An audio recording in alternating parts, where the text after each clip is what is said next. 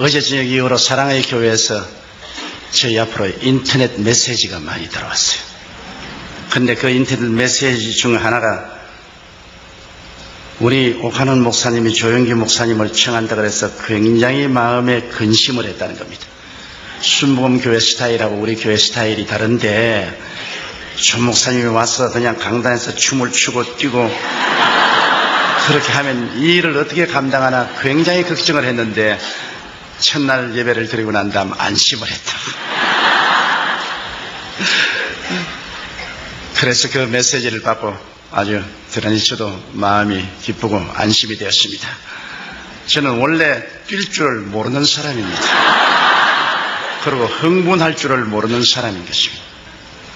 저는 조용하고 차분하기를 원하는 사람인데 왜 하나님이 저를 장로교 목사로 만들고 순복음교회 목사를 만드는지는 알 수가 없습니다. 사실은 저희 신앙 교리도 우리 순복음교회하고는 맞지가 않습니다. 나는 하나님의 절대 주권을 믿는 사람으로서 갈방주의의 예정론을 강하게 믿는 사람입니다. 그런 사람인데 왜 순복음교회 목사가 돼가지고서 성령운동을 하는지 사람으로는 알 수가 없습니다. 그러나 제가 오카논 목사님을 만날 때마다 늘 감상해서 하는 것은 오카논 목사님 같은 신분이 계심으로 성령운동과 제자 훈련 운동을 연결할 수 있는 다리를 만들어 주셨다는 것입니다. 그래서 이 성령운동과 제자 훈련이 함께 손을 잡으면 한국 교회를 만세반석 위에 세우고 세계 교회를 살릴 수 있는 큰 저력이 생겨난다고 나는 확실히 믿습니다. 이를 위해서 여러분께서 꾸준히 기도를 해 주시기를 바랍니다. 오늘 저는 성령님에 관해서 말씀을 나누고자 합니다. 구약 4000년 동안은 삼위일체 하나님 중에 성부 아버지가 정면에 나와서 일을 하셨죠. 그러나 하나님께서 구약에 약 300번 이상으로 아들 예수님을 보내주겠다고 예언하시는데 그 예언대로 2000년 전에 예수님이 삼위일체 하나님 중에 정면에 나오셔서 아들의 시대가 왔었습니다. 그러나 33년 만에 예수님께서 십자가에 죽었다가 부활하시고 일을 마치시고 승천하실 때 주님은 바톤을 삼위일체 하나님 중에 제3위인 성령께 맡기고 가셨습니다. 이제 내가 가면 성령을 보내겠다고 하시는데 오순절 날에 말씀하신 대로 성령이 임하여서 오늘날 우리가 사는 이 2000년 동안 복음 시대에는 성령이 정면에 나와서 일하는 성령의 시대인 것입니다. 성령께서 오늘날 우리 가운데 임하여 계셔서 우리와 함께 계시고 일하시고 계시고 아버지도 성령님을 통해서 아들도 성령님을 통해서 일하시는 것입니다. 그러므로 성령으로 말미암지 않고는 그리스도를 주라고 할 수가 없습니다. 성령으로 말미암지 않고는 야훼 하나님을 아버지로 부를 수도 없습니다. 성령의 감동이 와야 믿게 돼요. 여러분 오늘 예수 그리스도를 믿었다는 것은 한 사람 한 사람이 모두 다 성령님의 감동을 받았기 때문에 예수를 믿게 된 것입니다. 제가 시대문에 목회할 때 하루 비가 오고 날이 바짝했는데 이 우비를 입고 머리에 비를 잔뜩 맞은 30대의 아주 세련된 여인 한 사람이 제게 신앙 상담을 왔습니다. 그분은 우리 교인도 아니에요. 그런데 우리 교회에 와서 갑자기 신앙 상담을 요구해서 그래서 신앙 상담을 하는데 누군가 보니 그때 한국은행 총재 딸이었어요. 그리고 그 남편은 우리 한국이 나온 세계적인 암 전문 의학 박사였어요. 상복원 박사라고. 그런데 그 상 박사님이 일본 동경대학교 이과대학에서 박사학위를 받고 그리고 UCLA에서 또다시 공부를 하고 뉴욕의 마운트 사이나이 유대인 병원의 의사로 있다가 이기붕씨 주치의로 초청을 받아서 왔는데 술을 너무 좋아해서 술을 많이 먹다가 중풍이 걸렸어요. 뇌수술을 하고 한쪽이 마비가 되니까 부인에 대한 의처증이 생겼습니다. 부인이 굉장한 미인이에요. 그러니까 부인이 아무라 자기가 이렇게 이제 반신불수가 되고 하니까 다른 남자하고 사귀게 싶어서 부인을 무시무시하게 감시하는데 뭐 부인을 살 수 없게 해요. 매일 저녁까지 생선 회칼을 가지고 목에 대놓고 오늘 너 누구 만났냐고. 이렇게 하니 이 사람이 무식한 사람도 아니고 세계적인 암학자고 의사의학 박사가 그렇게 하니 기가 막히죠. 그래서 자기는 어떻게 해야 살 수 있느냐고 아주 완전히 노이로제에 걸리게 되었다고. 친구가 여의도 순복음교회 가서 한번 목사님과 상담해보라고 해서 왔다 그래요. 그래서 제가 당신은 예수 믿는 도리밖에 없다. 하나님이 당신의 마음속에 위로와 평안을 주시기 때문에 예수를 믿고 하나님께 의지하고 하나님의 능력에 의지해서 그 남편을 감화감동시켜라. 당신이 먼저 예수 믿고 남편을 교회로 데리고 오라고. 그랬더니만 그 다음 주일날 남편을 교회로 데리고 왔는데 남편이 아닌 게 아니라 이렇게 쩔뚝쩔뚝하면서 잘생겼어요. 대구 사람인데 아주 강한 경상도 액센트를 쓰는 사나이입니다. 그런데 예배를 피하고 난 다음에 내 사무실인데 그 부인하고 쩔뚝쩔뚝하고 들어왔어요. 조 목사. 네, 왜 그러세요? 당신 말이야 설교할 때 우리 마누라만 쳐다보면 죽여버려. 기가 칵 막힙니다. 그럼 내가 그때 우리 교인이 한 4,000명 됐어요. 내가 이 한 4,000명 성도 가운데 유독히 당신 부인을 쳐다볼 이유도 없고 또 당신 부인만 이쁜 줄 생각하느냐? 우리 집 사람도 당신 부인 뺨칠 만큼 이쁘다.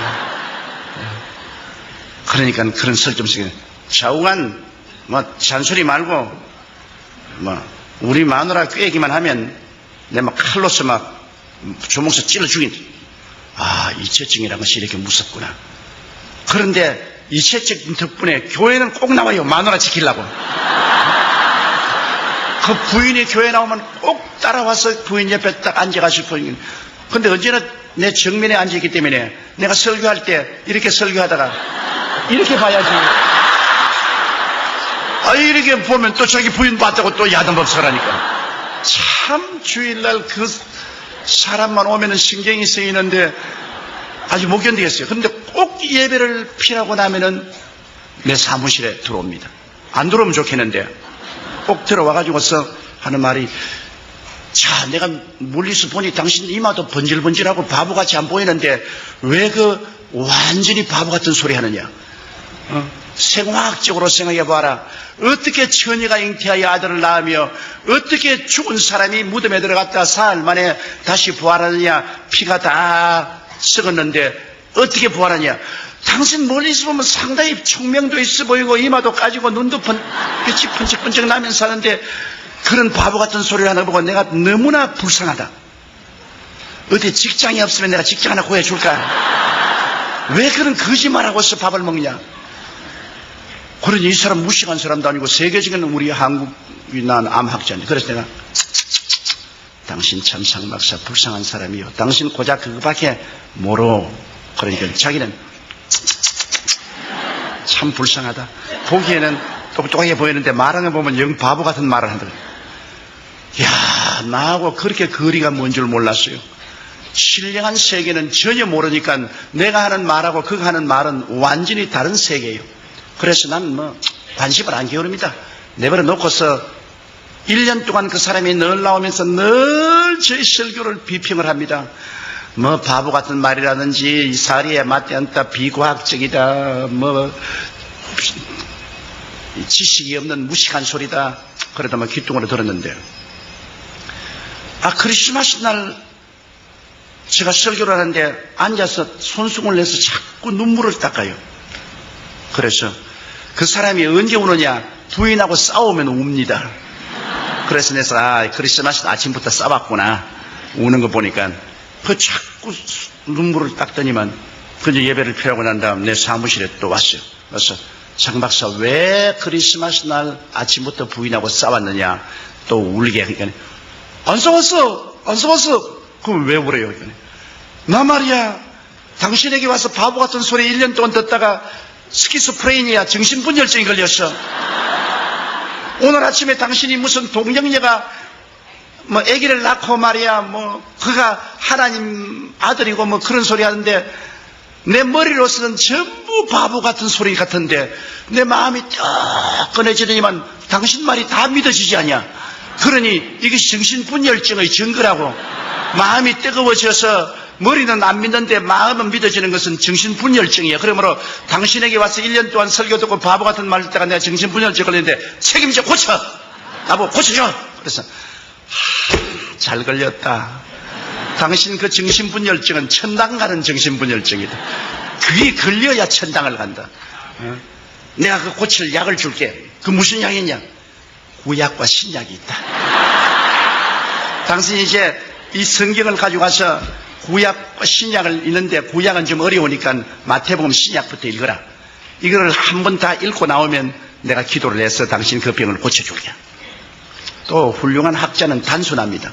성경을 가지고 가서 그때부터 성경을 읽는데 미친같이 신약을 읽고 구약을 읽고 완전히 거듭나버리는 겁니다.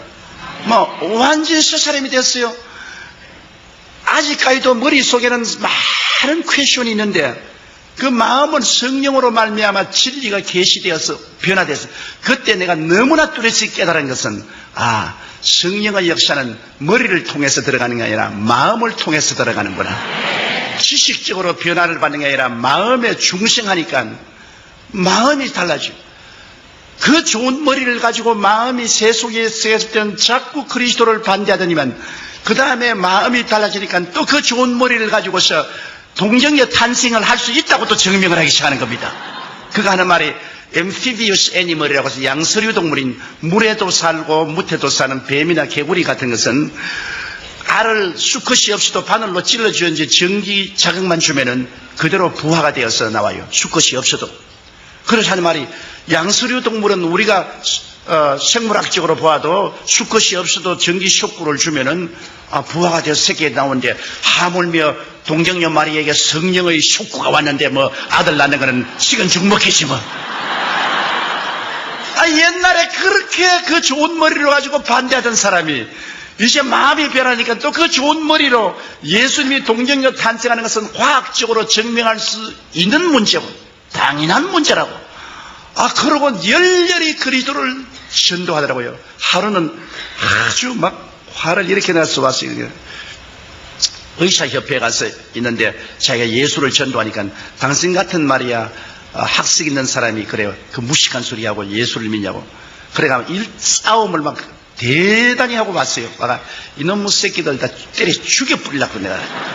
지가 뭐 안다고 말이야. 동정녀 탄생이 없다 그러고 말이지. 죽은 자가 원돼서 부활이 없다고 고함을 치는데 내 이놈의 새끼들 죽여 뿌리려고 내가 말했다. 사람을 살려야지 죽이면 어떻게 하냐고. 근데 당신은 올챙이 개구리 올챙이 씨를 모른다고 당신이 옛날에 그렇게 동정녀 탄생 반대하고 부활을 반대하더니만 이제 당신 당하지 않느냐. 당신 나에게 핍박한 것만큼 당신도 당해봐야 한다. 그놈들 말이야. 지가 뭘 잘한다고 조그만한 머리 가지고서 성경을 반대를 하고 달라드냐고.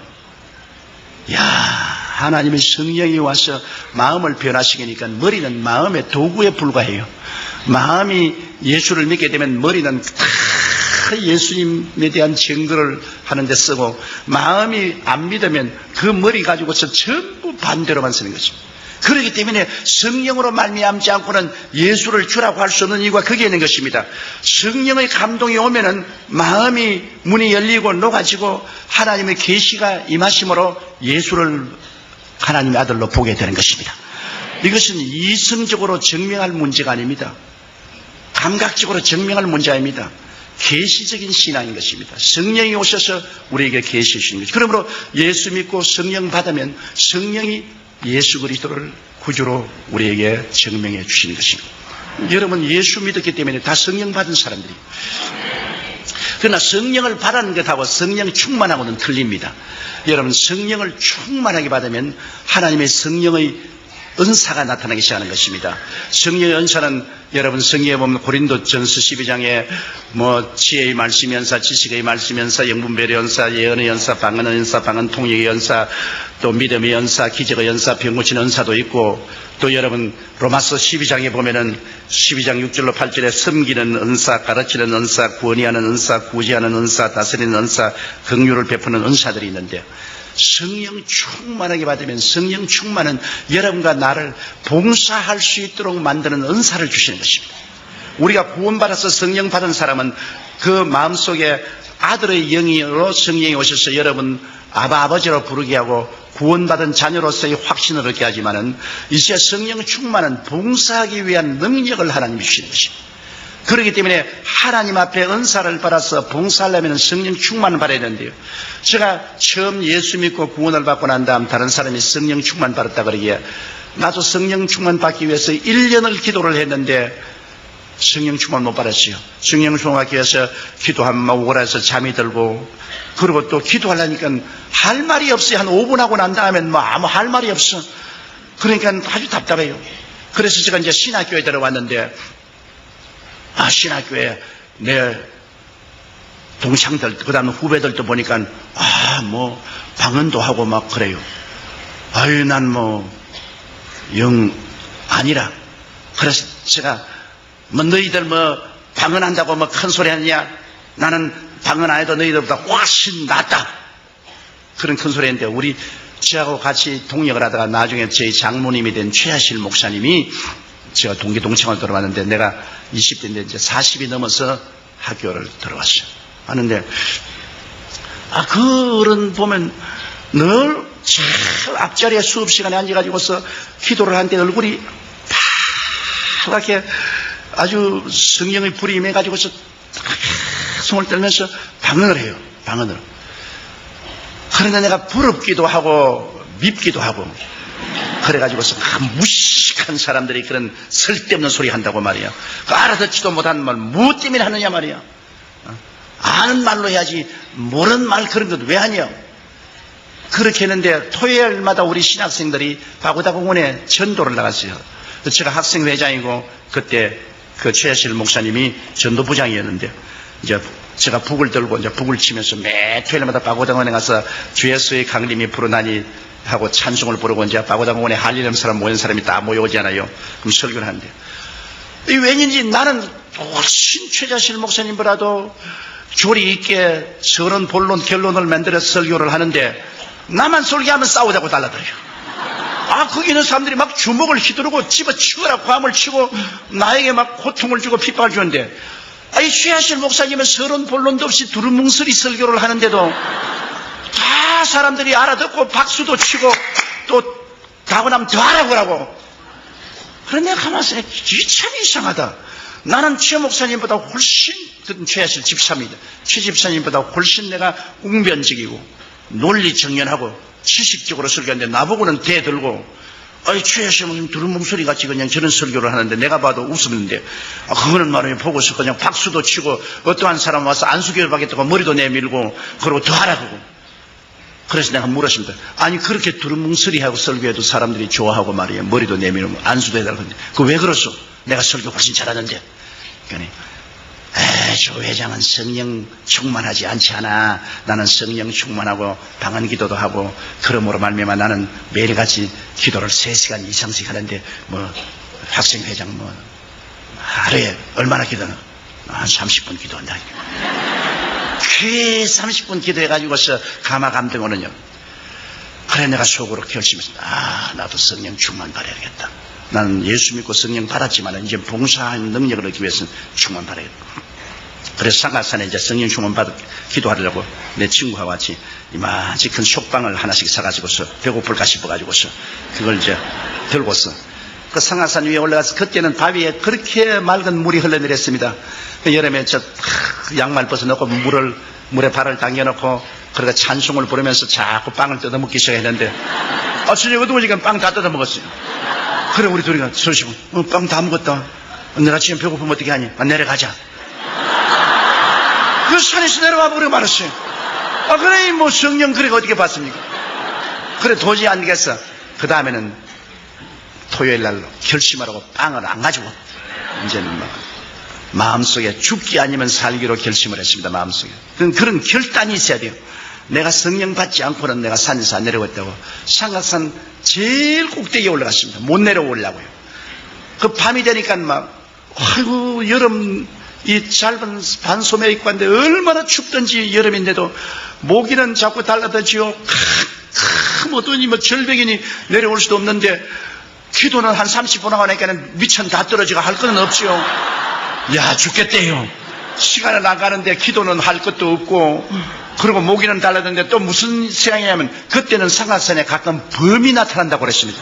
야, 이 또 밤에 또 범이 나타나면 난 죽지 않겠나. 그래가 또 범하고 싸우겠다가 돌을 잔뜩 모아가지고서 그래가 이제 돌을 손에 들고서 눈을 감으면 막 온 천지에 막 뱀이 올라오는 것 같아요. 눈도 못 감고 눈 뜨고 돌 뜨고서 성령 주옵소서. 성령 주옵소서. 성령 주옵소서. 그럼 범 오면 때리려고 주옵소서. 뭐 그러니까 이거 기도도 안 되고 말이지. 나중에 밤 12시가 넘어 1시 2시니까 막 허기증이 다가오고 한기가 오고 죽겠더라고요. 그래서 에라 이 판재판 사판이다. 범이 와서 물어 죽든지 뱀이 올라와서 물려 죽든지 난 이제 성령 안 받으면 이거 아무것도 안 될 테니까 성령 충만히 받아야 되겠다. 그래서 돌도 다 던져버리고 그냥 이 소나무를 끌어안고 그때부터 제가 죄를 회개하기 시작했습니다. 일정시대에 그때는 살기 어려우기 때문에 학교 갔다 오다가 나무 외밭에 들어가서 왜 훔쳐먹은 그 죄까지 다 회개했다고요. 어릴 때부터 지은 죄를 다 죄를 막 회개하는데 성령이 임하시니까 죄가 없는 줄 알았는데 내 죄가 그렇게 많을 수가 없어요. 온갖 과거의 죄가 다 드러나기 때문에 그 죄를 그냥 눈물로 회개하고 그 다음에는 막 힘이 생겨서 막 고함을 치는데 외마디 소리로 하나님이여 성령 충만히 달라고 나같이 20대에 세상에 물 안 들고 주의 사업으로 돌아온 사람에게는 성령 안 주고 40이 넘어 죄는 다 지은 최입사 같은 사람에게는 성령 주고 하나님 불공평하다고 나는 오늘 성령 안 주면 나는 이제는 신학교도 다 집어치워버리고 이제 목회도 안 하겠다고 그러고 막 고함을 치는데 막 배창자가 끊어질 것 같아요. 아마 해산하는 고통이란 그런 거예요. 배창자가 끊어질 것 같아요. 그러니까 나는 막 기도를 하고 있는데 내 입에서 다른 말을 하고 있어요. 나는 분명히 한국말로 기도하고 있는데 입에서는 방언으로 말을 하고 있어요. 방언으로. 그리고 막 온몸이 막 불덩어리가 되고 막 성령이 충만해. 그래 그때 그 성령 충만의 체험을 하고 난 다음부터 신학교를 졸업하고 제가 불광동에 개척을 갔는데 방언을 하니까 하루에 5시간 기도를 할 수 있어요. 아는 말로 기도하다가 또 방언으로 기도하다가 아는 말로 기도하다가 이제는 기도를 많이 할 수 있어요.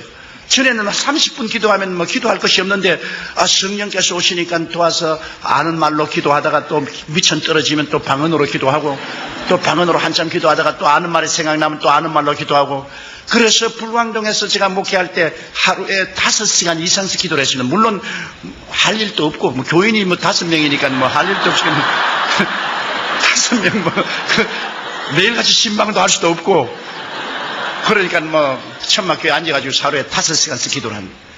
5시간 기도하면 온몸이 불덩어리 같아요.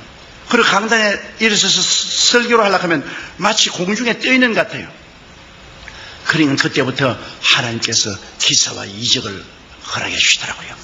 제가 제일 처음 놀라운 기적을 체험한 것은 그 천막 옆에 토담집을 지어놓고 이렇게 있는데 저녁 12시가 돼서 아무래도 이 천막에 가서 기도해야 된다고 추운 겨울인데 천막에 나오니까 청년들이 몇 사람 와서 철야 기도를 하고 있는데 누가 나 덩어리를 턱 들이니까 거지가 하나 와서 아주 초라하게 익은 거지가 하나 와서 덩어리를 턱 들면서 선생님이 이 교회 목사입니까? 그래서 난 목사가 아니고 전도사라고.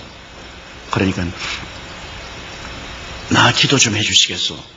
그러니까 안진뱅이요.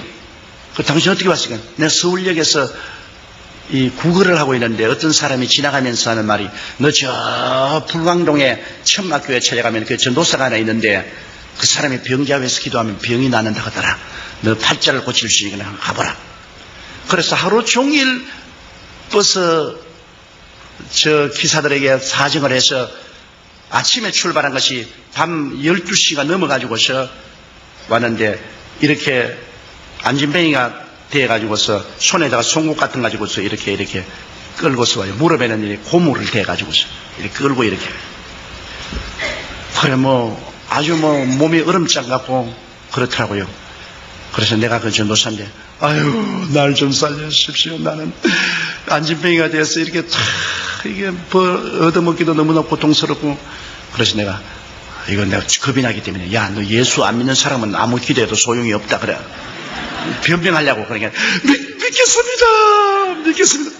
그것도 믿겠습니까? 또 할 수 없이 예수께로 인도했어. 인도하고 난 다음에 그 몸에다 손을 얹고 기도하려니까 내 믿음이 하나도 없이 다 날아가 버린 거라. 한 방울도 내 마음에 믿음이 안 있어. 기도도 안 나와요. 왜냐? 이런 사람이 어떻게 낫노 말이야. 완전히 막 보니까 이 다리가 둘이가 말라가지고서 나무 같아요. 이 지팽이 같아요. 그 무릎 밑에는 뭐 지팽이 같아요. 근데 이게 나는 그런 거 낫는 것도 못 봤고, 성경에 금과 은은 내게 없어, 내게 있는 것으로 내게 주지 나사렛 예수 이름에 일어나라는 그 말만 내가 기억이 나서, 에라, 한번 써먹어야 되겠다고. 그래서, 아무래도 내 느낌도 겠어. 탁 일어나가, 나를 쳐다보라! 금과 은은 내게 없으나 내게 있는 것으로 내게 주려니 나사렛 예수 이름에 일어나라! 그 잡으니까 댕그라고 달려 일어나지. 안 나왔어요. 그러니 베드로와 요한은 되는데 나는 안 된다고. 그런데 베드로와 요한은 내게 있는 것으로 내게 주니까 내게 있는가 보니까 내게 아무것도 없어요. 내게 아무 믿음도 없다고. 그래서 야, 나 안 되겠다. 여기 앉아 있어라. 난 믿음을 좀 얻어야 되겠다. 그래서 내가 앞으로 나가서 흙으로 이렇게 강단을 만들어 놨는데 그 흙 강단에 엎드려 가지고 하나님, 왜 저런 거를 보내 가지고서 나를 이렇게 고통을 줍니까? 나는 못 고칠 줄 주님이 알지 않습니까?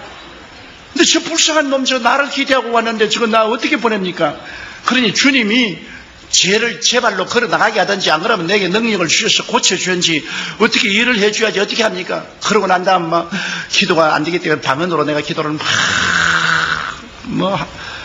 몇 시간을 했는지 모르겠어요. 그냥 눈물을 흘리고 그냥 부르짖고 기도하는데 갑자기 마음속에 하늘 문이 열리더니 믿음이 뭉게구름같이 오는데 나중에는 내가 어떤 느낌이냐면 내 손가락으로 지구를 이렇게 밀면은 지구가 밀려갈 것 같아요. 그런 마음의 믿음이 들어오더라고요. 그래서 이제 또 거기 같이 그래서 청년들 보고 이렇게 잡아라. 그러고 난 다음에 무릎을 잡고서 아무리 하나님 고쳐달라고 기도해도 안 될 것 같아요. 그래서 에라까지건 산수 갑산에 갈지라도 이렇게 해봐야 되겠다. 내가 무릎 위에 올라섰어요. 올라서 예수 이름으로 나라고 확 굴려버리니까 뼈가 쭉쭉 크더니만 와이고 목사가 사람 잡는다.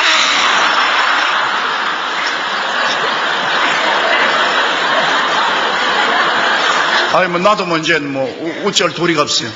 그래가지고서 이놈을 잡아서 탁 일으키니까 두 다리가 부러져가지고서 덜렁덜렁 하더라고요. 참 기고 거기가 그 청년들이 다 놀래가 다 달아났는데 말이죠. 왜냐하면 동참지 안 지으려고 엄마가 과음치고 울고 아이고 내 죽는다고 그러면 그래 내가 예수 이름으로 명하느니 그러라고 해서 내가 확 밀어제껴버리고 눈을 탁 가렸다.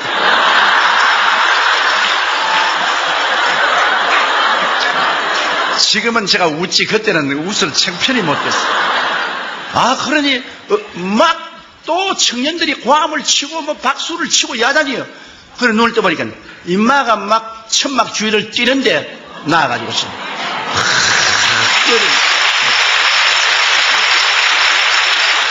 그래서 내 평생에 처음 기적을 보고 이게 꿈인지 생신지 내가 알 수가 없어요. 그래가 이놈이 그 이탈부터 동리에 나가가지고서 전도를 하는데요. 여러분 나는 쩔눈발이였는데 저 전도사님 가서 안수받고 내가 쩔눈발이가 나왔다고 전도를 하고 돌아다니니까 내가 아무리 전도해도 안 오던 사람들이 천막에 교인들이 꽉 들어찼어요. 그 시골에서는. 그래 이제 전부 다 내가 병 고칠 줄 알고 있으니까 내가 별 도리가 없지요. 그날 설교를 하고 난 다음 그때는 전기가 없어서 이렇게 램프를 이렇게 달았는데 그 램프 불을 밝혀가지고서 여러분 오늘 여러분께서 이 병 나을 줄 알고 왔는데 갑자기 오니까 여러분에게 중한 병자는 못 없을 줄 압니다. 그러므로 감기 들린 사람이나 몸살 앓는 사람 이런 사람 앞으로 나오세요. 그러니까 저 뒤에서 전사님 그래. 왜요? 여기 내가 태어날 때 벙어리 된 처녀 둘 데리고 왔는데 그래. 이를 어떻게 감당하는지 진짜 이제 큰일 났어요. 태어날 때부터 머리 되고 벙어리 된 걸 갖다가 내가 어떻게 고치냐.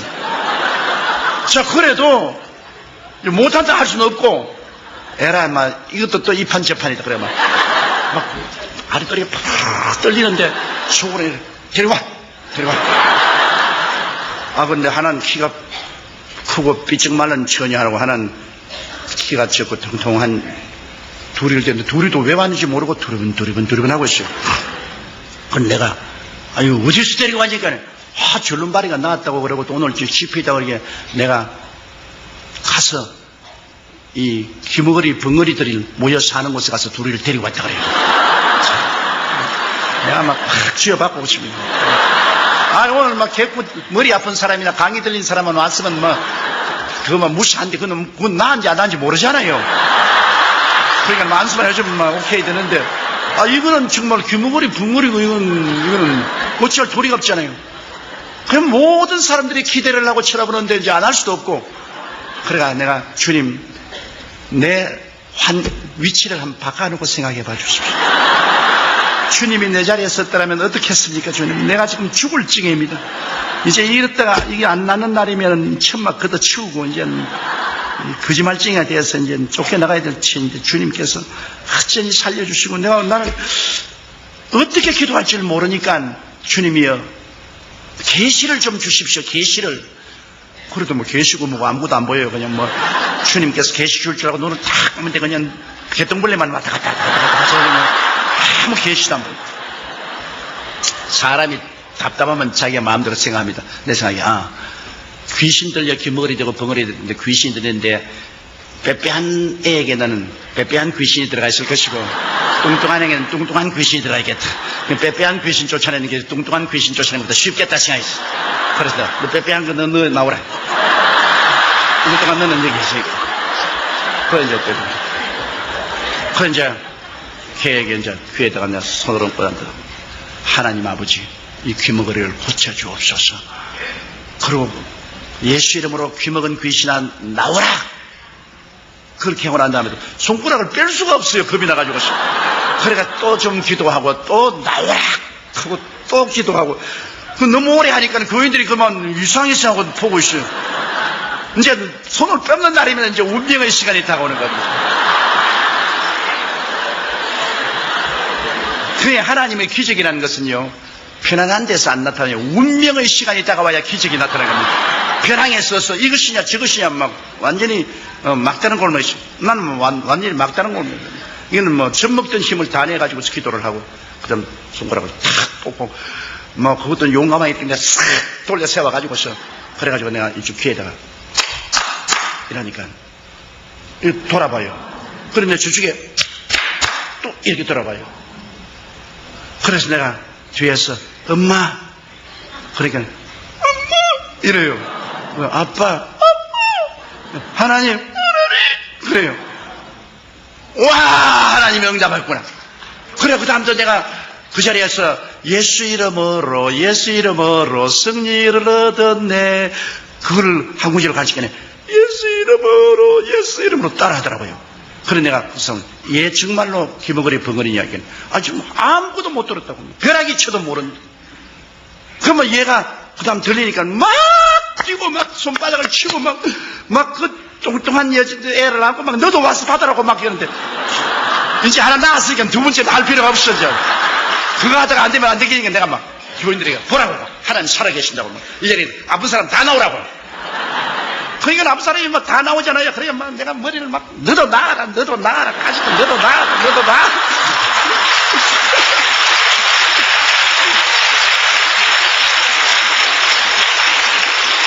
그래가 내가 솔직히 말해서 팔자에 없는 신유의 주의 종이 됐다고. 내가 원해서 된 것이 아니라 환경이 그렇게 되어서 안 할 도리가 없어가지고서. 그러다 3년 만에 그 산골짜기에서 교인이 500명이 됐어요. 그러니까 하나님이 기사와 이적을 나타내니까 그러한 많은 사람이 모여와서 그때부터 병이 낫고 복음이 전거되기 시작해요.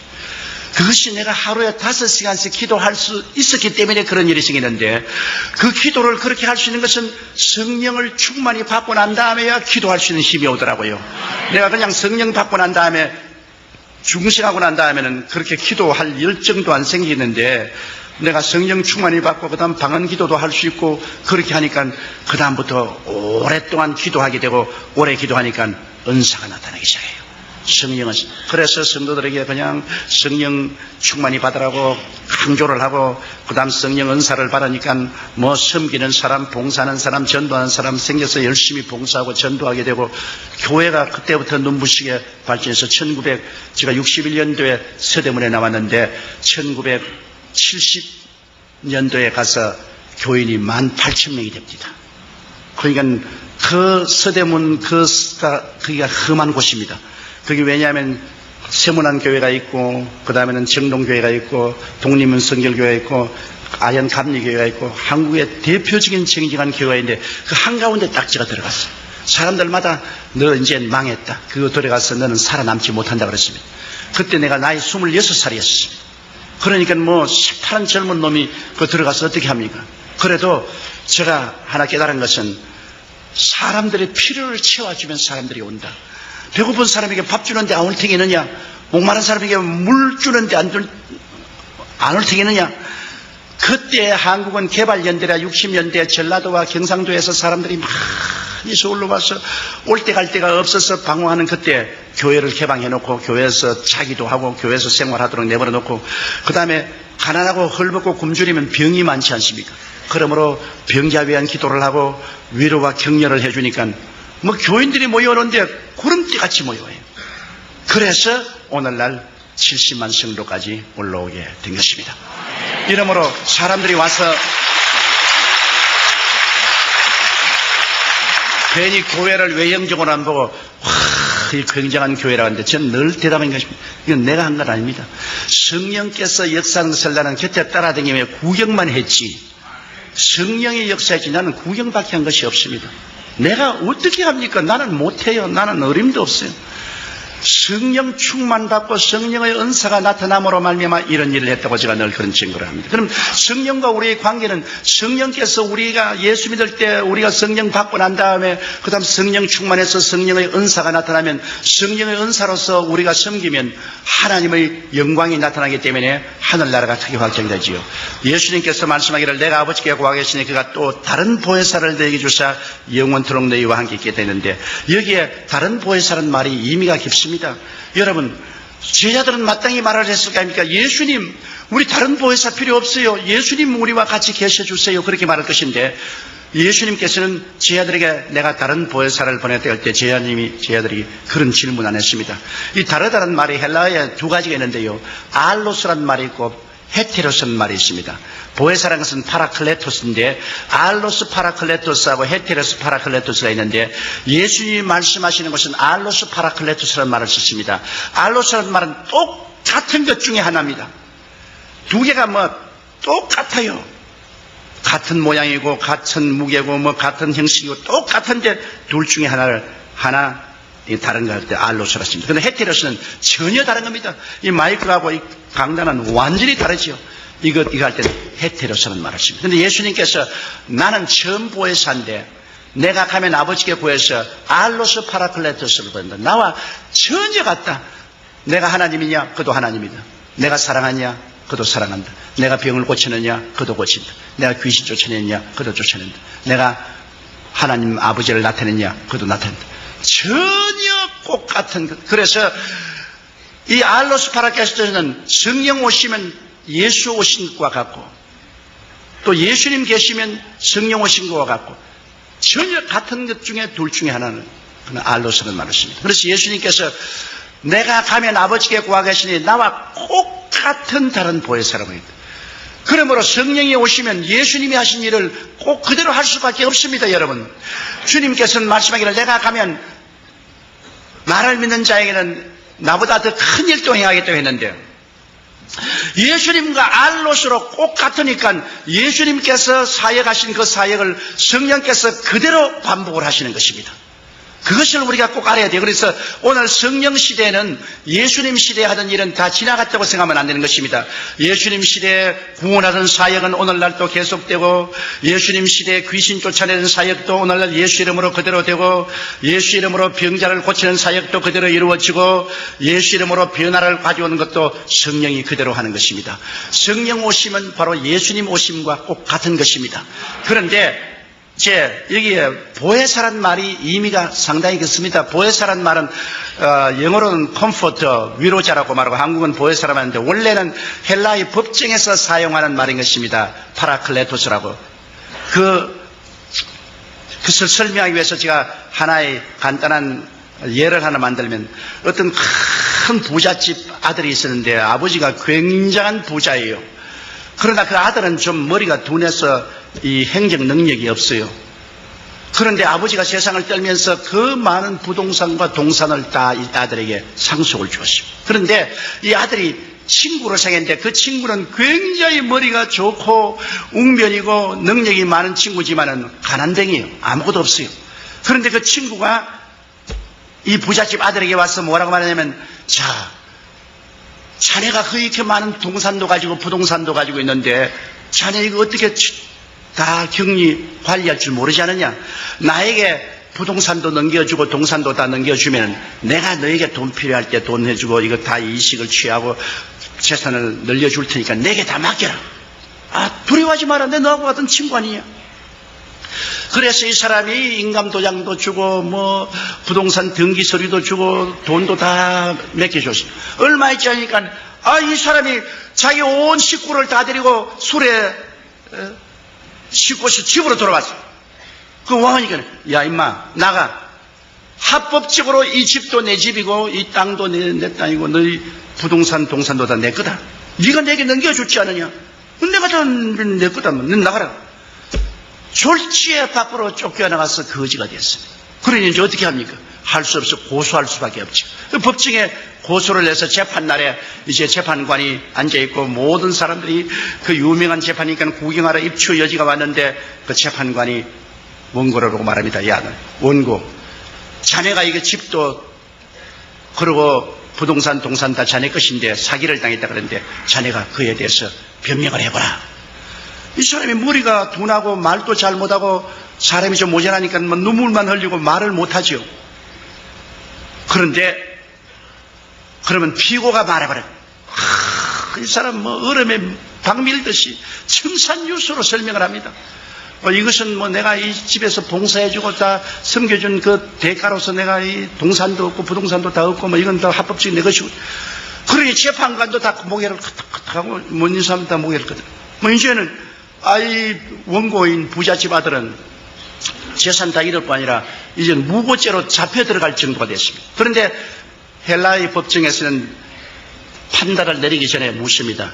원고, 너에게 보혜사가 있느냐? 파라클레토가 쓰겠느냐? 보혜사가 있으면 보혜사를 통해서 설명을 해봐라.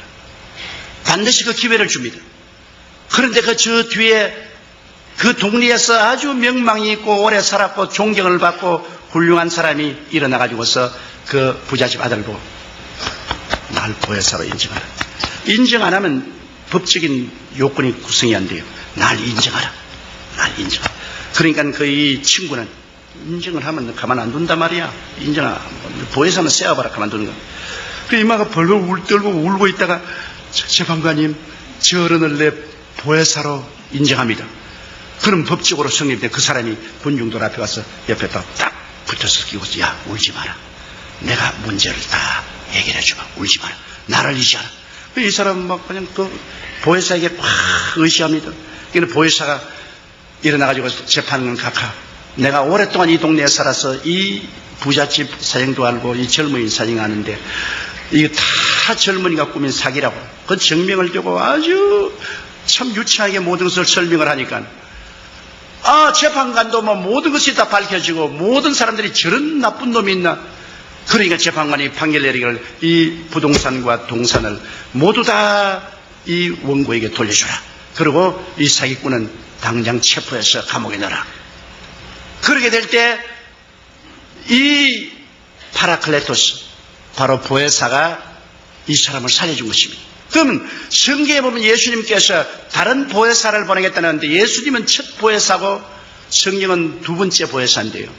왜 우리에게 보혜사가 필요합니까? 아담과 하와가 에덴 동산에서 나쁜 친구를 사귀었어요. 원래 하늘과 땅과 세계의 모든 영광은 사람에게 준 것인데 아담과 하와가 이 세상의 임금으로서 아담과 하와에게 준 것인데 아담과 하와가 나쁜 친구인 뱀을 사귀었어요. 뱀의 게임에 넘어가서 다 넘겨주었습니다. 누가복음에 보세요. 사탄이 와서 예수께 말하기를 너가 내게 절하면 이것 천하 영광을 내게 주리니 이는 내게 넘겨준 것이라고 했습니다. 아담과 하와가 게임을 받아서 다 넘겨줬어요. 그때로부터 시작해서 마귀는 아담과 하와 그 후손들을 도적질하고 죽이고 멸망시키는 일을 해서 온갖 고통과 괴로움을 우리가 다 당했어요. 누가 우리를 건져냅니까? 우리는 이제 완전히 이 마귀에게 포로가 되어가지고서 옴짝을 못해요. 그래서 우리를 구원하기 위해서 오신 보혜사가 예수님이신 것입니다.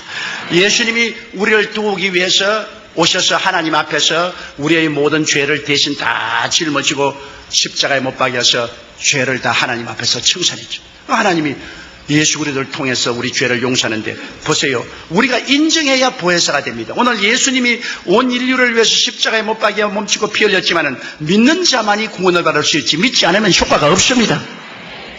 예수님을 나의 구주로 인정하면 그때로부터 예수님의 십자가의 보혈의 공로가 다 내 것이 되는 것입니다.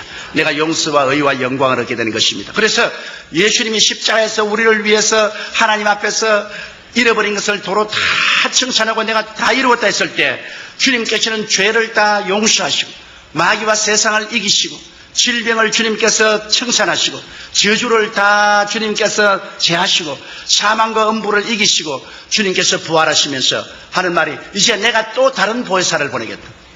나와 똑같은 그러나 너를 돕기 위한 보혜사를 보내겠다. 그가 오면은 이제 너를 도와주어서 너를 내가 십자가에 못 박여 피 흘려서 값주고 산 것을 내가 소유하게 만들어주겠다. 그래서 예수님이 가시고 난 다음에 오순절 날에 다른 보혜사 성령이 임하시게 된 것입니다. 그러므로 이 성령께서 이제 임하셔서 성령께서는 우리 주 예수 그리스도의 이룩하신 모든 것을 우리가 취할 수 있도록 하는 것입니다. 사람들은 생각하기를 다른 보혜사 같으면 예수님 그대로 계시지 또 예수님 똑같은 닮은 다른 보혜사를 보낼 리가 어디냐 했는데 예수님은 몸을 가지고 오시기 때문에 동시에 온 세계에 있을 수가 없어요. 예수님은 한 곳에 팔레스타인에 밖에 있을 수가 없어요. 그러나 성령이 오시면 성령은 하기오 푸니우마토스라고 거룩한 바람같이 바람은 어느 곳에나 있지 않아요. 바람처럼 모든 곳에 계시기 때문에 예수님은 한 곳에밖에 없지만 성령은 온 천하에 같이 있습니다. 또 예수님은 모든 사람이 소유할 수 없어요. 예수님 주위에는 큰 군중이 있고 그 다음에는 70인의 제자, 그 다음에 12제자, 그 다음에 베드로와 야고보와 요한 세자. 예수님의 가슴에 머리를 기댄 사람은 요한밖에 없어요. 그러나 이제 성령이 오시면은 모든 사람이 다 성령으로 충만할 수가 있는 것입니다. 그러므로 모든 사람에게 보혜사가 있을 수가 있어요. 제가 불안강에서 목회할 때는 농부 부인이 내게 와서 이런 질문을 했습니다. 전사님 아무리 생각해도 전사님 말씀이 나는 실감이 안 갑니다. 왜냐하면 예수님은 한 분인데 어떻게 모든 사람 가슴 속에 다 왔다고 말합니까? 그 무성이 어머니랬는데 나는 우리 무성이 아빠하고 같이 사는데 우리 신랑은 하나뿐인데 우리 무성이 아빠가 모든 여자들의 신랑은 될 수 없지 않아요. 그런데 왜 예수님이 모든 사람이 신랑이 다 된다고 합니까?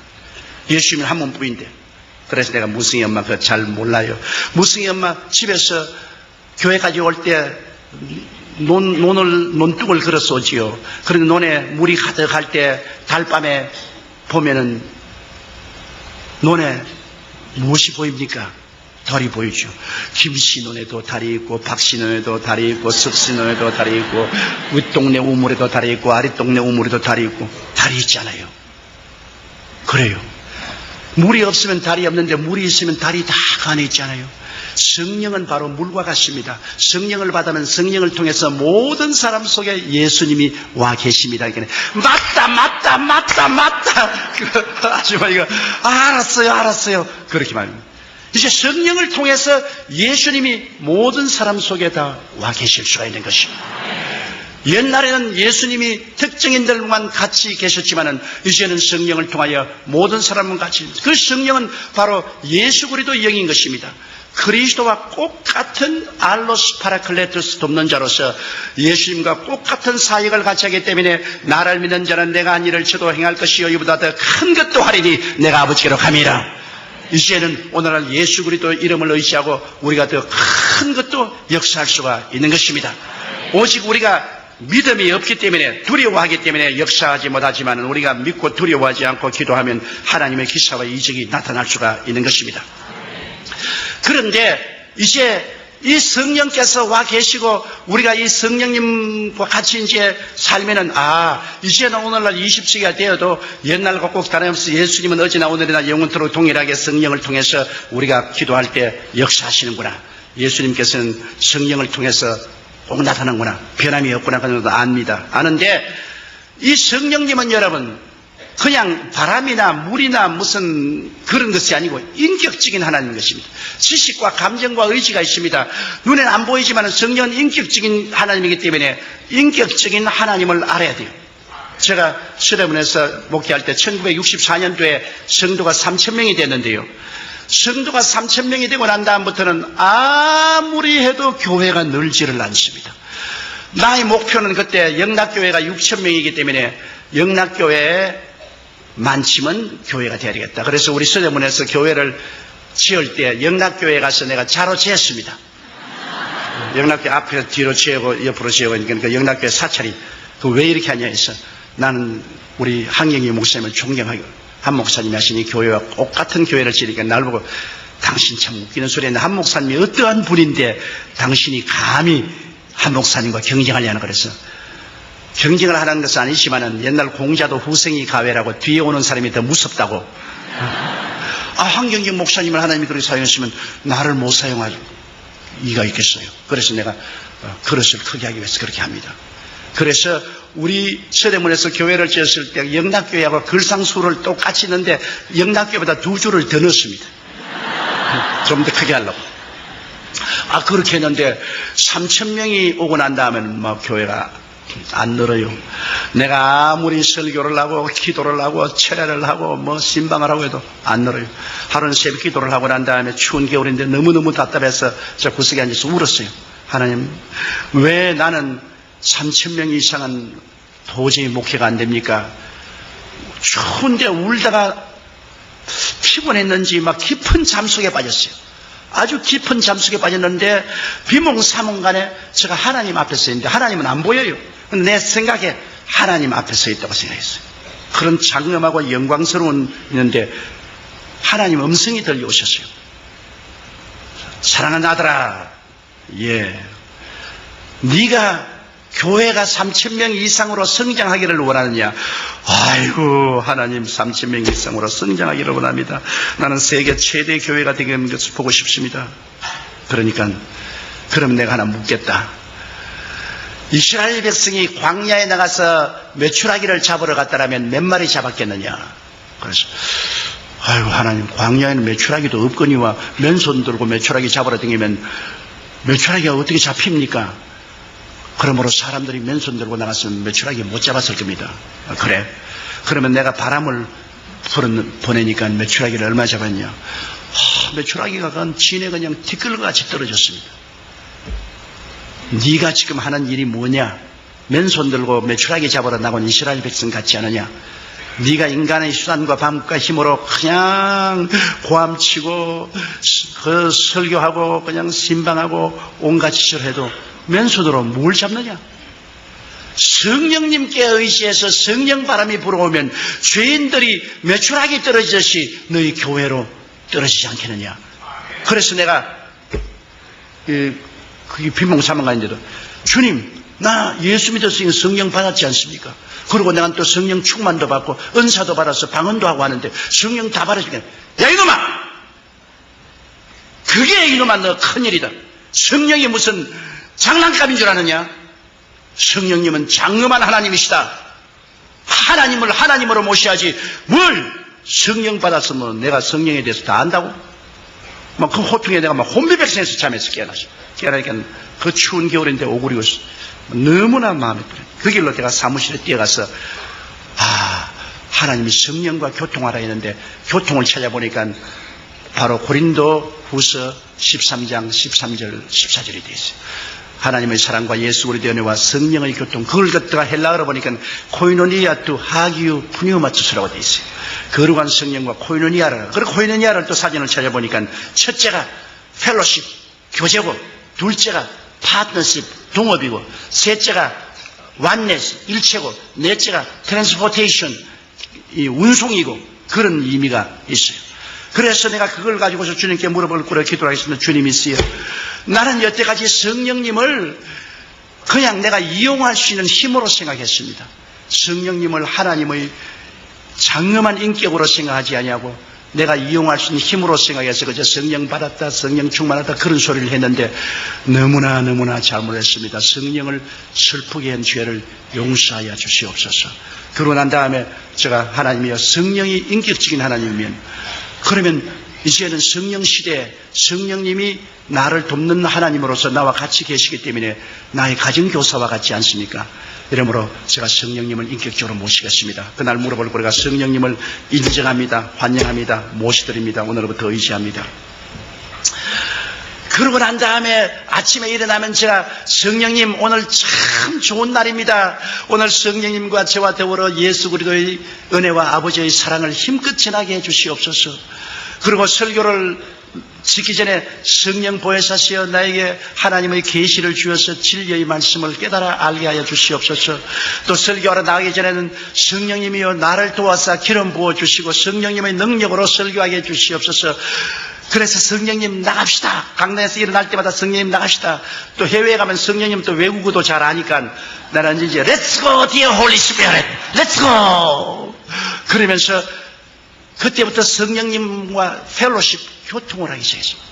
내가 성령님을 인정하고 환영하고 모시드리고 의지했습니다. 늘 매일같이 제가 수십 분 수백 분 말하는 것은 성령님 인정합니다. 환영합니다. 모시드립니다.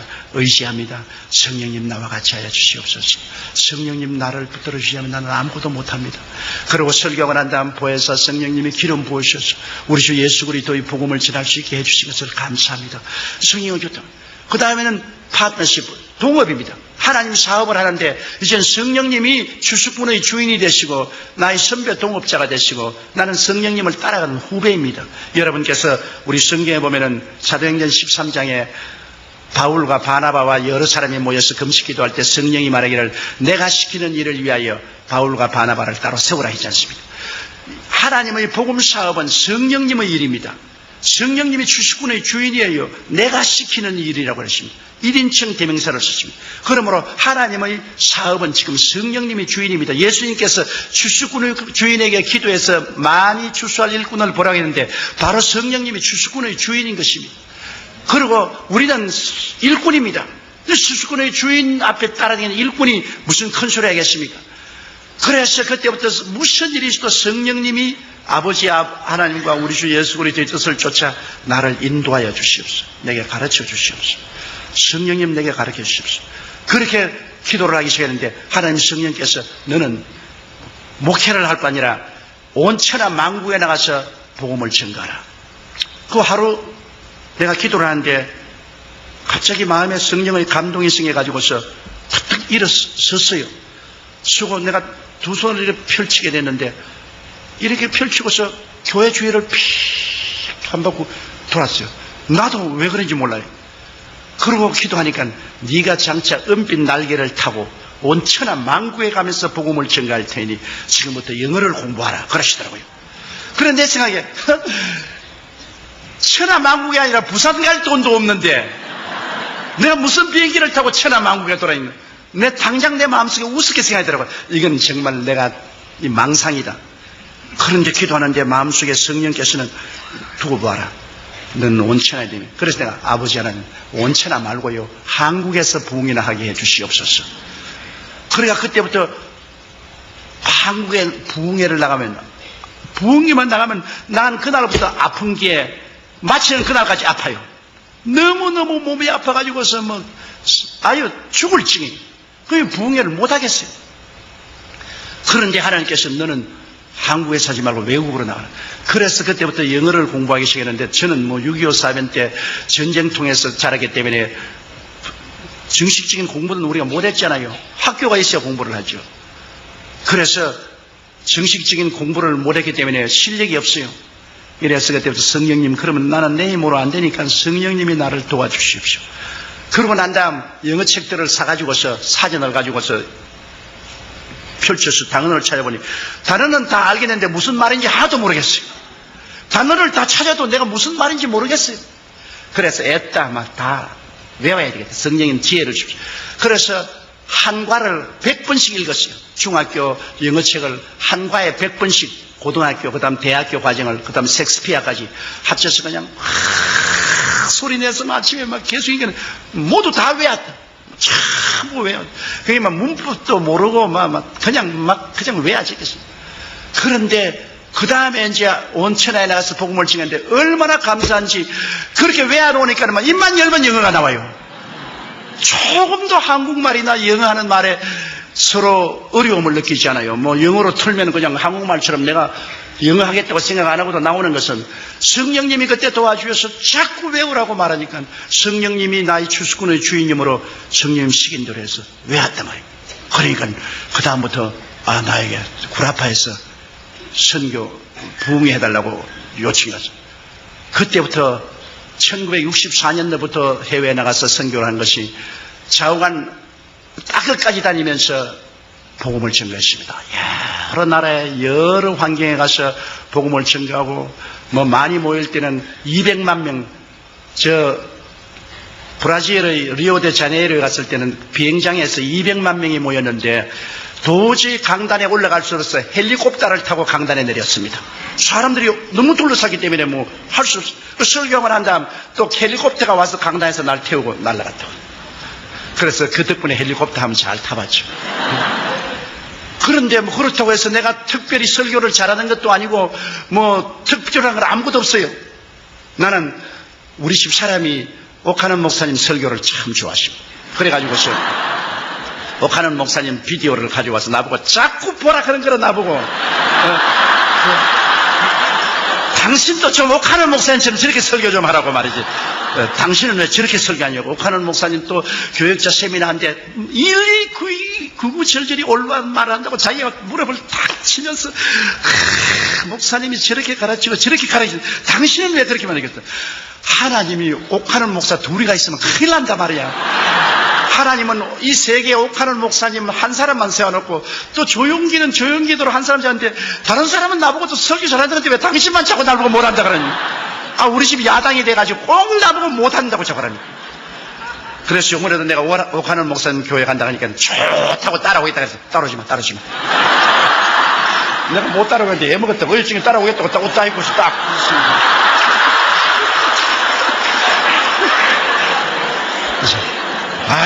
따라오지 마라. 당신 따라오면 안 된다고.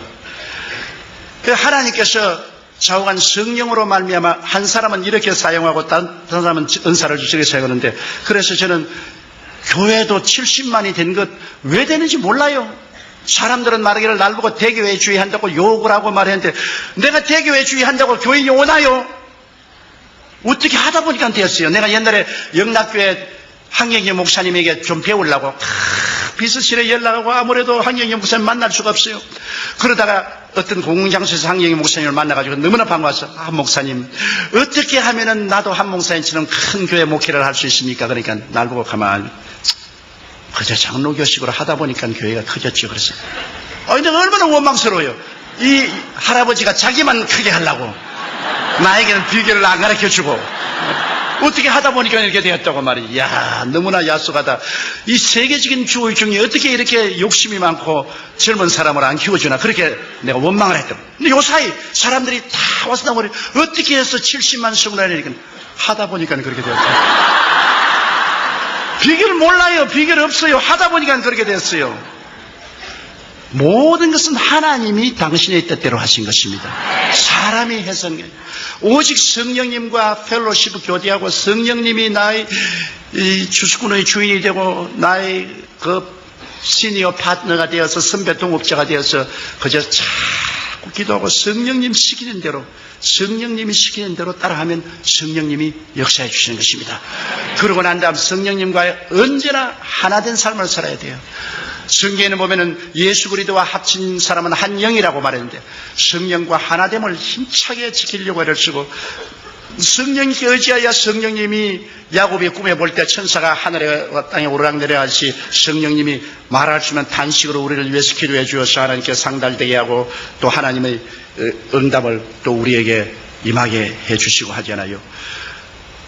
제가 이 성령님이 말할 수 있는 단식으로 기도하는 그 개설을 많이 보았는데 우리 교회 셀리드 한 사람이 종로 계신데 남편이 경찰서, 종로 경찰서 경찰관이었다고요.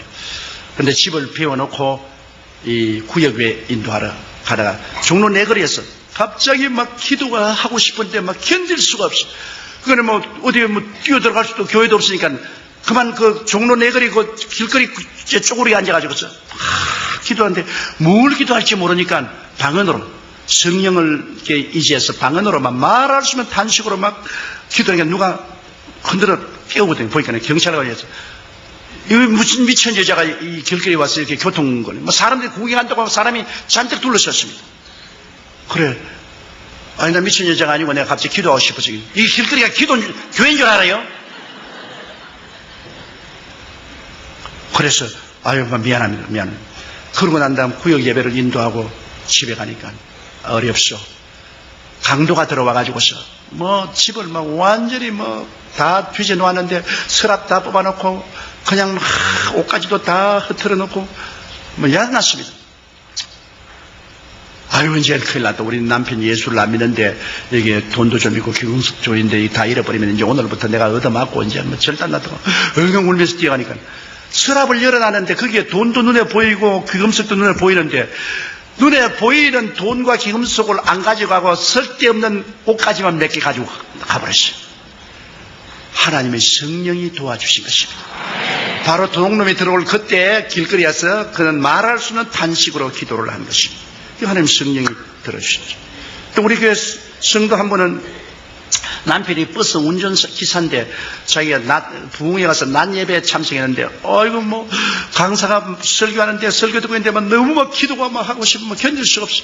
그러면 입을 막고 막 방언으로 막 기도를 하고 막 눈물을 흘리고 그러다가 속이 시원해서 집에 왔는데 남편이 얼굴이 새노랗게 돼서 들어오거든.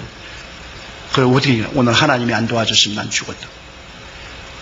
버스를 운전하고 가다가 버스가 고장이 나가지고서 뒤에다가 돌을 그어놓고 사람들 다 내리라고 해서 위에 가서 핸들 조작을 하는데 돌이 빠져나와서 버스가 뒷검질해서 그냥 언덕으로 굴러내려갔어요. 그런데 그 난간에 바퀴 두 개가 달려가 달랑달랑 달렸어요. 그대로 굴러갔으면 죽었을 것입니다. 그래가지고서 벌벌 기어 나왔어요. 근데 버스는 앞바퀴만 난간에 달려서 달랑달랑했어요. 그래 이 자동차가 와가지고서 레이카가 와서 토해냈는데 그 하는 말이 이것은 하나님이 나를 돌봐주지 않았으면 우리가 오늘 다 죽을 뻔당했다. 바로 그 시간을 맞춰보니까 이 자매님이 간절히 방언으로 기도하던 그때 있었습니다. 나도 그런 체험을 한번 했어요. 제가 여수에 집회가 있어서 호남선 열차를 탔는데요. 서울역에서 타니까 앞에 어떤 할아버지가 한 분 탔는데 막 그 아들들이 와가지고서 며느리하고 선물을 많이 얹어주고 영감이 막 풍치가 좋습니다. 그래 용산역을 지나가는데 마음속이 막 견딜 수 없어요. 그럼 저는 이 월요일날 가면 차에서 좀 잠을 자려고 하는데 막 기도가 나와서 뭘 기도할지 몰라서 방언으로 막 내가 자꾸 기도를 나중에 이 할아버지에게 전도하라 그래요. 그래서 내가 할아버지 올해는 참 풍년이 들어서 좋겠습니다. 오늘 일기도 좋고요. 하나님이 대풍년 주었습니다. 하나님은 무슨 하나님? 그저 열심히 하니까 됐지. 그래서 할아버지는 하나님 안 믿습니까? 하나님은 무슨 하나님을 믿어? 하나님 어디 있어? 봤어 하나님? 그래서 그러지 마세요. 하나님이 왜 없으면 천지와 만물을 어떻게 지었겠어? 그 하나님이 아들을 보내주셔서 우리를 구원하시려고 하는데 할아버지 꼭 예수 믿으시면 그때는 철도 경찰이 있었어요. 철도 경찰이 그 기차에 왔더니 여보 철도 경찰 우리 아들 며느리가 말이야 모처럼 내가 편안하게 가라고 1등 열차를 사였는데 이 예수쟁이가 옆에 와가지고 자꾸 나보고 예수 믿으라고 말이야 내가 막 신란스러워 못 견디겠더니 이거 경찰관이 오더니만 나보고 경에 딱 하시네. 이건 대한민국 철도입니다. 교회가 아닙니다. 설교를 하려고 하던 교회 가서 하시고 여기 사지 마세요. 어찌 민망스러운지 내가 말로 못하겠어요. 그래서 에라만 니는 지옥 가든 말든 내가 상관할 거 뭐냐고 내가 또 눈 감고 하니 또 방언 기도가 자꾸 나오는 겁니다. 그래서 그래 또 손에서 방언으로 막 기도하니까 급기야 내 마음속에 입에서 무슨 말이냐면 이 영감 1시간 이내로 죽는다 그래요. 궁금한데 그러니까 내가 불시간에 영감님 지금 예수 안 믿으면 1시간 이내에 죽어요. 부시부르니까 영감이 웃더니만 정말 예수쟁이 미쳤다 그지 미쳤네. 내 나이 아직까지 이제 겨우 환갑 지냈는데 아직까지 나 건강에 자신 있어. 그러지만은 진로 소주를 2병을 사가지고서 그러지 말고 나하고 화해하자. 그러면서 진로 소주 1병을 내게 주고 1병을 제가 따라와서 주면서 그래서 우리 진로 소주 같이 먹고 화해하자. 그랬어요. 나는 더 좋은 소주가 있습니다. 그러니까 그럼 그 소주 있으면 나하고 좀 일찍 나는 먹으려고 했는데 할아버지가 안 먹으려고 하잖아요. 그 소주가 뭐냐 그래. 예수 소주요. 그러니까 아이고 또 예수쟁이 또 예수 얘기한다 그래. 할아버지 그러지 마세요. 내가 보기엔 할아버지 꼭 구원받아야 됩니다. 그러니까 나 구원받으려면은 아직까지도 내가 젊으니까 내가 10년이나 20년 후에 내가 예수 믿을 수도 있으니까 지금 나보고 괴롭히지만 그럼 또 내 경찰 또 부르겠다 그래. 아이고 만 언제 나 그만두겠다. 이 사람이 진로 1병을 먹고 네 병까지 다 먹었어요. 네 마시라고 준 것도 다 마시고 난 다음에 대전을 지나서 호남선으로 돌아서는데 바람 쐬겠다고 밖으로 달리는 열차에 잡고서 나갔다가 떨어져서 그 자리에 죽었어. 갑자기 사람들이 와가지고서 진무다리를 찾고 그 다음에 경찰이 와가지고 당신하고 아까 입성강한 그 영감을 아느냐 그 어떻게 되느냐 나는 모른다고. 그 다음에 내가 잠이 들었는데 영감이 언제 술 먹고 나가지고 떨어지는데 모른다니. 이 사람이 그냥 떨어져서 바퀴로 들어가서 즉살했어요. 그 하나님의 성령의 인도는 꼭 따라야 된다는 것을 내주셨습니다. 그날 내가 좀 더 강제로라도 그냥 전도할 걸 가지고서 막 강제로 안 했더니만 진짜로 1시간 이내에 이 사람이 세상을 떴어요. 그게 성령과 동업하면은 성령이 그 희한한 일을 하시는 것입니다. 제가 신학교를 이제 졸업을 하는데 그때는 신학교 졸업하면 교단에서 돈을 대주는 사람도 없고 아무것도 없으니까 전부 다 올 때 갈 데가 없어요. 거의 고아들이에요. 그래서 강단에 모여가지고서 전부 울면서 어찌할 줄 모르고 기도를 하는데 하루 저녁에 이제 참 졸업생들이 모여서 기도를 막 하고 있는데 우리 최야실 집사님은 저 앞에서 기도하고 있고 난 뒤에서 기도하는데 내가 방언이 자꾸 나와요. 그래 방언이 나오다가 그 다음 방언 통역이 나와요. 하면서 앞으로 와서 저 최야실 집사님에게 기도해 주라고. 최야실 집사님은 그때까지도 자가용 타고 신학교 왔어요. 부자였어요. 그 샤틀 회사 사장이고 나는 슬픈 놈은 거지인데 무슨 거지가 가서 부자에게 기도해 줍니까? 그래서 안 하려고 그러는데 방언 통역에 최하실 목사님에서 기도해 주라. 그래 나가 집사님 내가 기도하는데 최 집사님에서 기도해 주라고 그러는데요. 그러니까 널 쳐다보니 기도해 주세요. 그래요. 그래 내가 머리에 써놓고 간절히 기도를 하니까 방언이 또 나오더니만 또 방언 통역이 나와요. 뭐라고 하냐면 좋은 말이 나오면 좋은데 당신 신학교 졸업 받고 난 다음에 남편에게 이혼당할 거요. 남편이 당신을 버리고 다른 여자하고 결혼하고 이혼당할 거요. 당신은 굉장히 생활에 고통을 당할 거요. 그러고 난 다음에 이제 그 다음 장면이 기가 막힌 장면입니다. 지금 안수하고 있는 이 사람이 당신 사위가 될 거요. 아이고 이건 내가 절단 강성이 났습니다. 이건 이제 또 이제 거지 같은 놈이 말이야 장가가려고. 난 그 집 딸이 있는 줄도 내가 몰랐는데 내가 얼마나 당황한데 그런데 막 계속해서 말이 나온 거예요. 그런 날고 가는 말이 이 당신이 사회에 될 이 사람은 군대에 가서 거의 죽은 사람에 대해서 제대에 나올 거예요. 그러고 난 다음에 당신 딸하고 결혼해서 함께 목회할 거죠. 그러니까 탁 이제 손을 떨치더라고요. 우리 최 집사님이요. 그러면서 날 보고서 별난 사람 다 봤네. 그러더라고요. 그러니 내가 먼저 안절부절이요. 그래서 내가 하나님께 나서 하나님, 나 그런 그 꿈에도 생각하는데 왜 그런 말이 나오니까 사탄아 물러가라. 사탄아 물러가라. 이놈의 내가 사람이 재수가 없으려니까 희한한 기다는 사탄아 물러가라. 사탄아 물러가라. 그런데 속으로 사탄 아니다. 두고 봐라. 그래가지고서 학교 졸업하고 나는 이제 미국으로 유학을 가야 되겠다 싶어서 선교사 집에 가서 머물면서 선교사들에게 한국어를 가르치고 있었어요. 근데 우리 최 집사님이 저 불광동에 가서 고아원 한다고 애들하고 하고 교회 세운다고 한다 그래요. 그 이야기를 듣고 내가 한번 구경하러 갔습니다. 구경하러 가니까 세상에 거지도 그런 거지가 없어요. 그 왜 이렇게 되지가 남편에게 이혼을 당했다 그래요. 남편이 네가 주의 종이 될 것이냐, 안 그러면 나하고 댄서 같이 타고 이렇게 살 것이냐. 난 주의 종이 되겠네. 그럼 이혼해서 재산 다 뺏기고 거지가 돼가 애들하고 그곳에 가서 있어요. 그래 참 내가 참 포기가 너무 안 됐어요. 그래서 내가 미국 가기 전에 여기 와서 내가 좀 설교를 하고 도와줘야 되겠다고. 그래서 설교를 해주고 같이 도와주는데 교인이 자꾸 모여오잖아요. 자꾸 모여오고. 그래가지고서 내가 이제 미국 가려고 하는데 교인이 한 300명 되니까 교인들이 들고 일어나서 미국을 왜 갔냐고 말이야. 우리 가난한 사람 버리고 말이야. 자기 혼자 출세하려고 하냐고 말이지. 막 울고 불고 고함치고 해가 미국에 못 갔죠. 그래서 교인 한 300명이 돼가지고서 제가 1959년도에 육군 2등병으로 논산에 갔어요. 그 논산에 가서 훈련을 받는데 내가 몸이 약해요. 제가 폐병으로도 고생했고 심장도 약해서 뛰지를 못해요. 근데 그때는 뺏고 돈 없으면 제대도 안 되고 아무것도 안 돼요.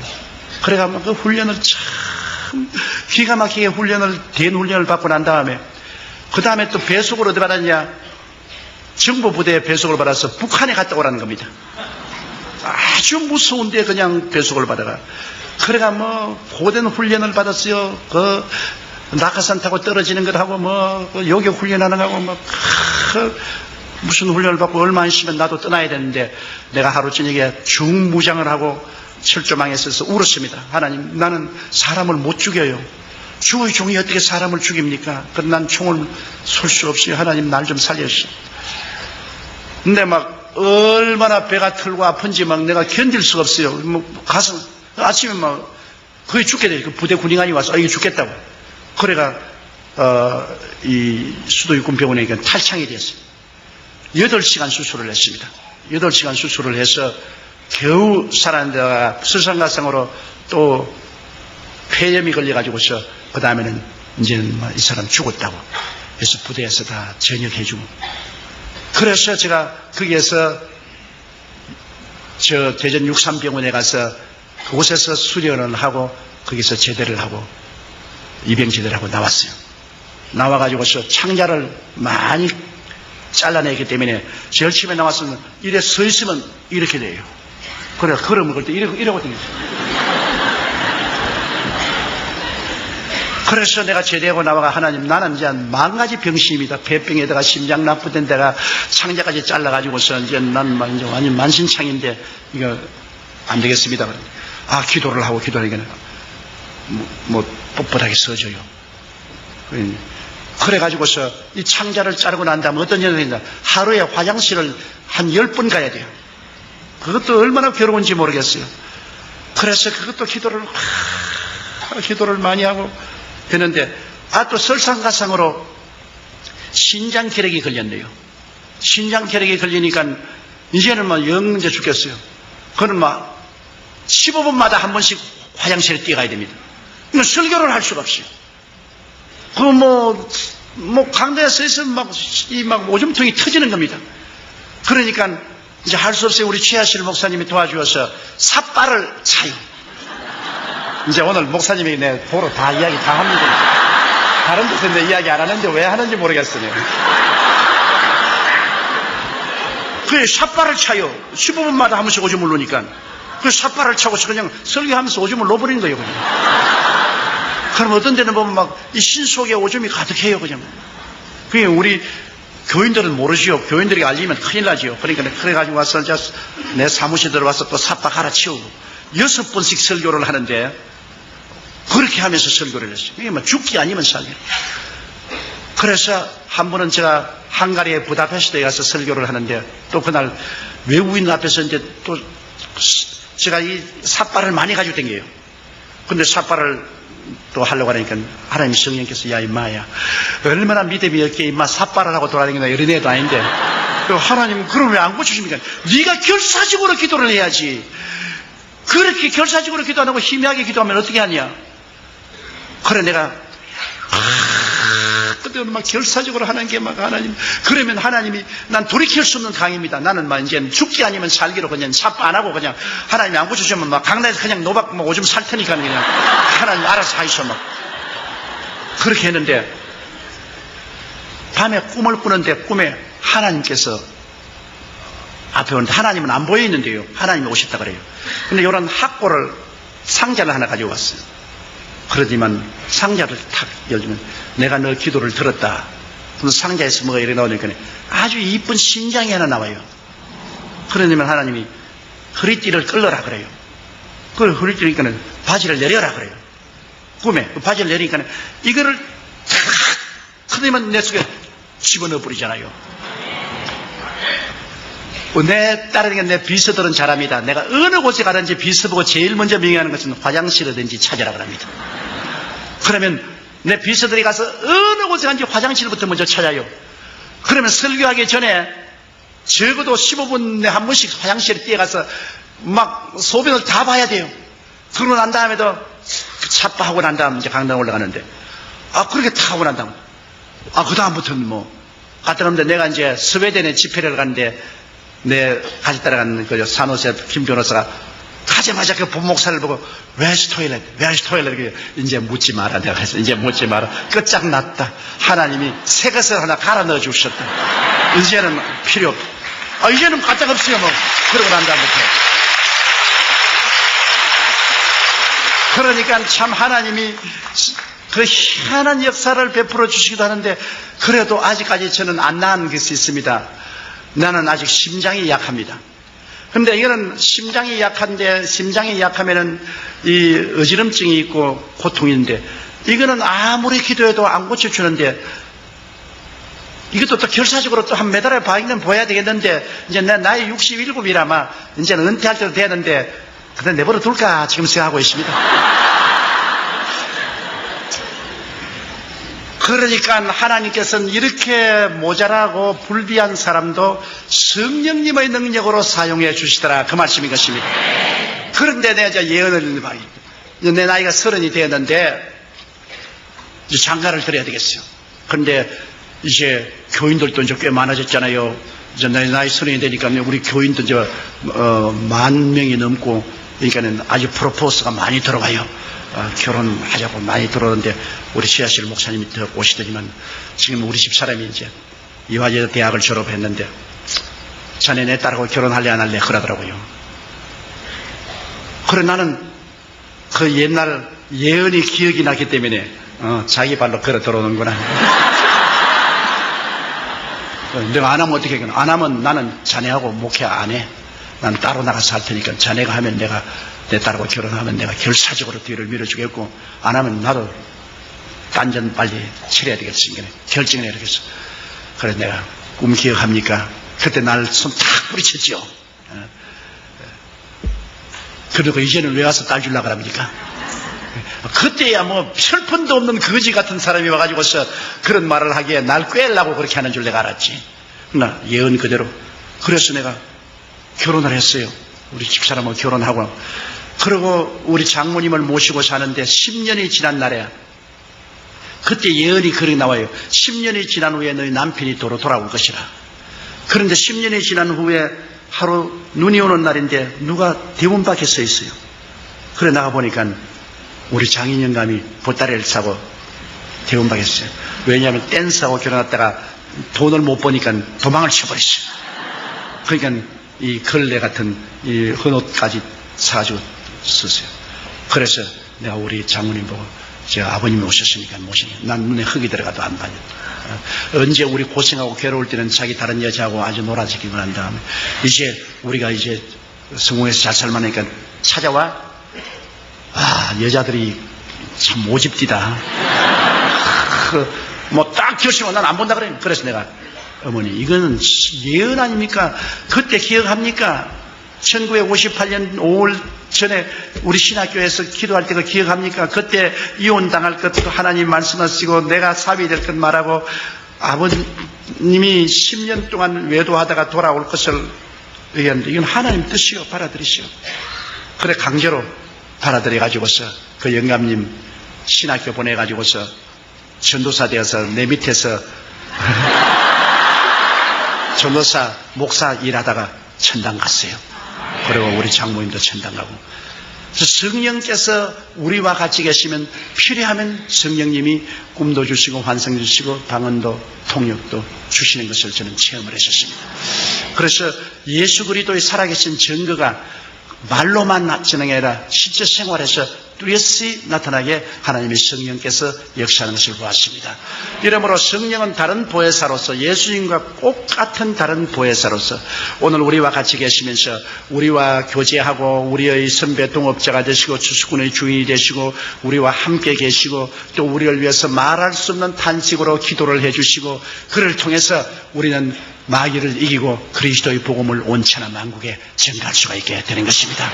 이러므로 예수 그리스도는 어제나 오늘이나 영원토록 동일하시며 그리스도는 여러분 죽은 것이 아니라 살아계신 하나님이신 것입니다. 만일 예수님이 죽으신 하나님이면 저는 17살에 벌써 죽었습니다. 절대로 살 가능성이 없는 사람입니다. 그리고 예수님이 살아계시 않으시면 그 연약한 몸으로 제가 오늘날 이 기나긴 44년 동안 목회를 할 도리가 절대로 없는 것입니다. 예수님이 살아계시고 그는 우리의 하나님이 되시고 우리의 구주가 되시고 이제 장차 오실 하나님이 되시는 것이기 때문에 예수님은 우리는 소망이 넘친 것입니다. 우리가 죽음이 다가와도 겁날 것 없는 것은 주께서 우리 위해서 영원히 있을 곳을 예비해 놓았기 때문인 것입니다. 이를 증가하기 위해서 성령이 와서 우리를 도와주시는 것입니다. 그러므로 성도 여러분, 여러분은 고아와 같이 버림받지 않았습니다. 하나님이 돕는 보혜사를 보내셔서 항상 여러분과 같이 계신 것입니다. 여러분 곁에 계시고 여러분 안에 계신 것입니다. 이 성령님을 항상 인정하고 환영하고 모시드리고 의지하십시오. 보혜사 성령님이 여러분에게 기도할 수 있는 힘을 주시고 은혜를 주시고 능력을 주십니다. 우리는 혼자 예수 믿지 않습니다. 위대한 하늘에서 내려오신 가정교사인 성령님과 항상 같이 우리는 예수를 믿는 것입니다. 성령이 같이 계시면 조금도 두려울 것이 없습니다.